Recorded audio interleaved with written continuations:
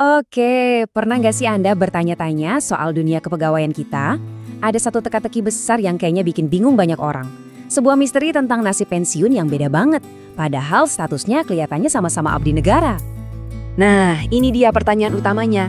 Kenapa ada dua jalur nasib yang beda banget buat mereka yang sama-sama mengabdi sebagai ASN? Yuk, kita bongkar bareng-bareng teka-teki ini satu persatu. Kita mulai dari potongan puzzle yang pertama. Jadi, ini adalah kisah tentang dua jenis abdi negara, PNS dan PPPK. Mereka ini kerja bareng di kantor yang sama, tapi ternyata masa depan mereka pas pensiun nanti itu bisa sangat berbeda. Disinilah letak ironisnya. Secara hukum, undang-undang yang baru itu menyatukan PNS dan PPPK di bawah satu nama besar, ASN. Tapi dalam praktiknya, nasib mereka tuh kayak terbelah dua. PNS dapat jaminan pensiun bulanan, sementara rekan-rekan PPPK-nya, ya belum. Nah, ketimpangan inilah yang jadi inti dari teka-teki kita. Oke, supaya teka-teki ini bisa terpecahkan, kita harus lihat akar masalahnya. Apa sih perbedaan paling mendasar antara status kepegawaian keduanya? Nah, ini dia. Poin paling krusialnya itu ada di sini. PNS kan diangkat dengan status tetap, artinya kerja terus sampai pensiun. Di sisi lain, PPPK itu kerjanya berdasarkan kontrak dengan jangka waktu tertentu. Perbedaan status permanen versus kontrak inilah yang jadi biang kerok dari semua perbedaan hak pensiun. Dan ini bukan sekedar asumsi loh ya. Kepala BKN sendiri yang menegaskan langsung perbedaan sistem pengangkatan inilah alasan utama kenapa PPPK nggak bisa otomatis dapat pensiun bulanan kayak PNS. Jelas banget kan? Oke, potongan puzzle berikutnya. Ini soal celah birokrasi. Jadi ada sebuah janji di dalam undang-undang, tapi janji itu belum bisa ditepati karena ada satu elemen penting yang hilang. Sebentar, sebelum lanjut kita harus paham dulu istilah ini. Peraturan pemerintah atau biasa disingkat PP. Gampangnya gini deh, undang-undang itu bilang apa yang harus dilakukan. Nah, PP ini adalah buku petunjuknya yang menjelaskan bagaimana cara melakukannya. Tanpa PP, ya undang-undang itu nggak bisa jalan. Nah, di sini nih letak masalahnya.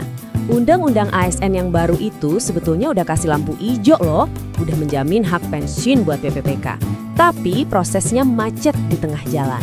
Aturan teknis atau PP yang krusial banget buat ngejelasin mekanismenya sampai sekarang belum juga terbit. Jadi dampaknya apa?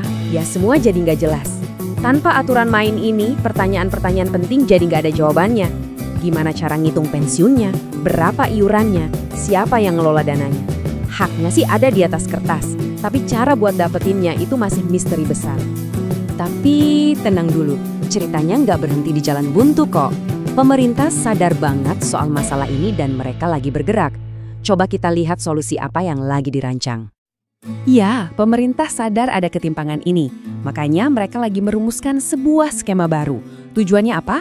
Tujuannya adalah menciptakan sistem jaminan sosial yang adil buat semua ASN, gak peduli dia PNS atau PPPK. Ini dia perubahan paling mendasar yang diusulkan. Sistem pensiun PNS sekarang itu namanya manfaat pasti. Artinya jumlah pensiunnya itu udah ditentuin dari awal. Nah, sistem baru yang diusulkan ini namanya iuran bersama. Di mana besaran pensiun nantinya bakal tergantung sama seberapa besar iuran yang dikumpulin bareng-bareng antara pegawai dan pemerintah. Kenapa sih pindah ke sistem iuran bersama? Alasan utamanya itu keberlanjutan.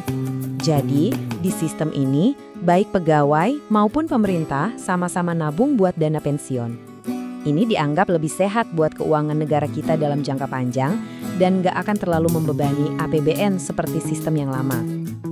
Oke, kita udah lihat masalahnya, udah lihat juga potensi solusinya. Terus situasi sekarang gimana? Singkatnya, kita semua lagi ada di fase menunggu. Ya, permainan menunggu. Nah, ini pernyataan resmi terbaru dari BKN. Mereka mengkonfirmasi kalau PP yang ditunggu-tunggu itu lagi dalam tahap finalisasi. Ini kan setidaknya ngasih sedikit harapan ya, bahwa ada progres. Meskipun kita belum tahu kapan pastinya bakal diumumkan. Jadi kalau kita tarik benang merahnya ya, mulai dari penjelasan soal beda status, terus ada konfirmasi aturan turunan lagi dibuat, sampai analisis para ahli, semuanya itu bermuara pada satu hal. Nasib pensiun PPPK itu bergantung pada satu peraturan krusial yang sampai detik ini masih kita tunggu. Ya, inilah inti situasinya. Kepastian. sesuatu yang masih dinanti-nanti. Buat jutaan PPPK di luar sana, masa depan jaminan hari tua mereka itu bergantung pada selembar peraturan yang belum kunjung disahkan.